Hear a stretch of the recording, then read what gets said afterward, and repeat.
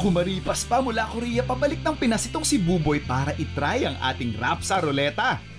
At para may idea siya kung ano ang pwede naming lutuin, sinamahan niya akong mamalengke. Ano hanap natin, Chef? Sabi ko nga na mismo yung pagkaing Pilipino, ang tagal nyo sa Korea, Yan. manok tayo ngayon. Puchero, pwede ba yun sa'yo? Wow, Chef! Parang birthday ko naman yan, Chef! Special ka eh. Talaga, Chef? Siyempre. Pumunta natin si Chef. Guguluhin natin kung ano yung ginagawa niya. Sino na bangus na may ampalay? Walang kaalam-alam si Buboy na ilang minuto bago kami mag-ikot. Pwede.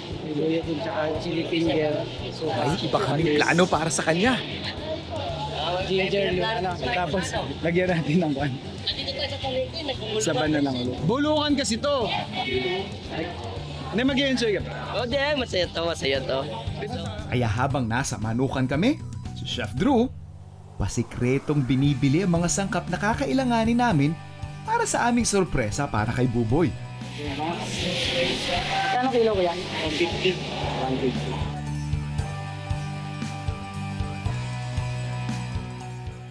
Pero syempre, hindi naman natin sasayangin ang manok na binili natin.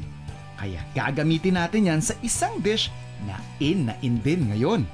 Gagawa tayo, salted egg chicken popcorn. So meron tayo ditong chicken thigh fillet. Deboned na rin yan. Season lang natin to ng konting salt. And lalagyan natin to ng cornstarch. And also lalagyan din natin to ng all-purpose flour.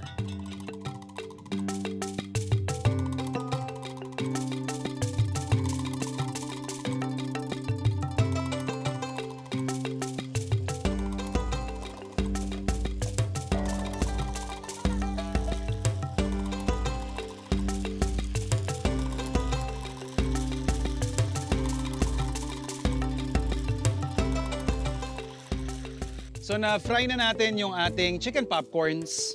Again, just for added layer of crispness, ito-double fry natin siya.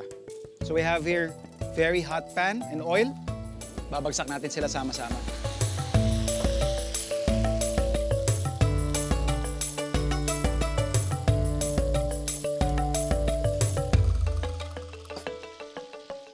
So for the second part, gagawa naman tayo ng ating salted egg glaze.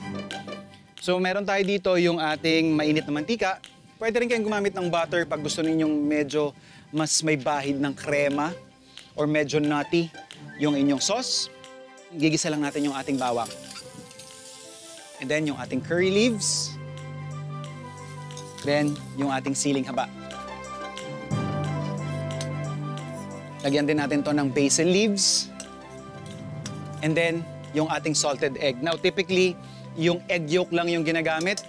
Pero dahil ayaw nating sayangin or kung wala kayong mapagagamitan, pwede nyo actually isama ito doon sa pinaka-glaze nyo.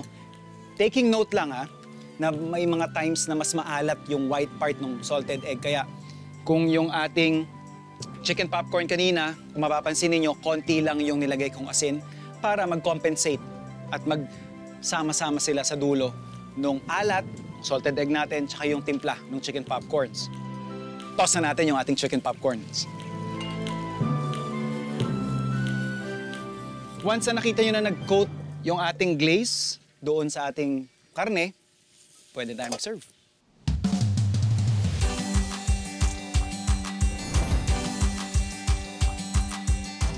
Sarap. Ano sa tingin mo yan, sir?